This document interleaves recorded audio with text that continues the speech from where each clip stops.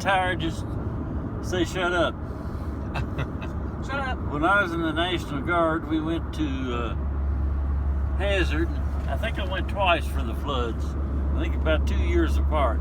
But anyway, one of the floods in Hazard's got two main drags. One goes east and one goes west, and they tie together at the ends. They got two stoplights, or at the time I had two stoplights. But anyway, down near the middle of those two long drags, there's a mall. They called it a mall that went from one street to the other street, and it was nothing but a real narrow, dark hall. But off of that hall, there were about 15 or 20 small shops, and my company was there to help clean out those shops along that mall and any other shops in the vicinity that were in the flood. And so we went down the hall. You go in here and help these people. You go here. Well, it ended up I got this little shop that these two ladies owned, and it was a lingerie shop. I didn't know it when I walked in. We had to dip the mud out of the mall before we could open the doors to any of these stores. But anyway, we got the mud out of the mall, and then we went in this lingerie shop, and of course it had mud in it too. It was 6 or 8 inches deep. Had to shovel it out one shovel at a time, and walk out into the mall, go to the street, and dump it in the street, and then the fire trucks wash the mud down into the receding water. Anyway, the first thing that those ladies wanted me to do was to go in there and get all the brassieres that were up high enough that didn't get muddy and dirty. So I was in there grabbing just hands, arms full of brassieres and bring them out, and they'd take them down, put them out in my Jeep, and when we got the Jeep loaded, we took it to some storage place somewhere, and they put it all in there and came back and started getting the dirty lingerie. So pulling out these dirty brassieres and hosing them down and handing them to them. And anyway, the first sergeant came by in a few minutes, and he started laughing when he saw all those brassieres and underpants and everything that we were rinsing out. And he got tickled, and everybody was laughing.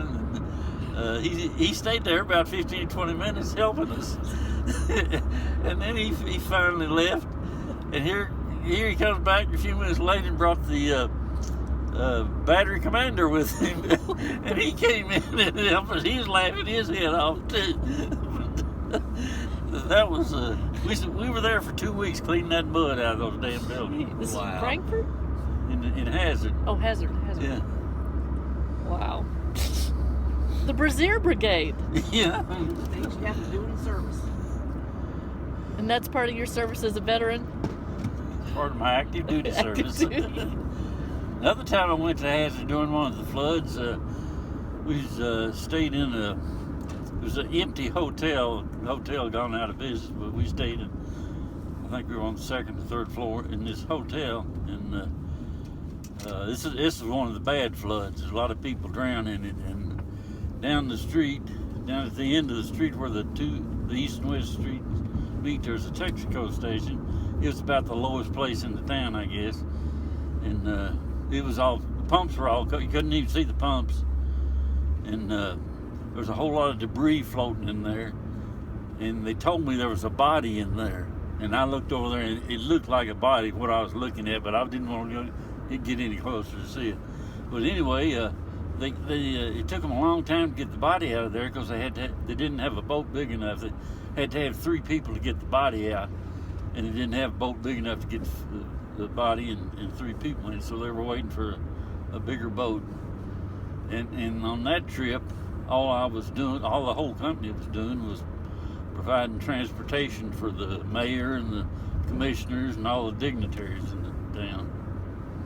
So that's two flood hazard duties I pulled. You remember who was mayor then? I don't remember. No, I sure don't. But I sure hauled a lot of people around. They didn't have to be dignitaries, really. Anytime anybody wanted to ride, they just jump in my Jeep. They take them wherever they want to go. It wasn't but a mile long stretch. The whole town wasn't but about a mile long at that time.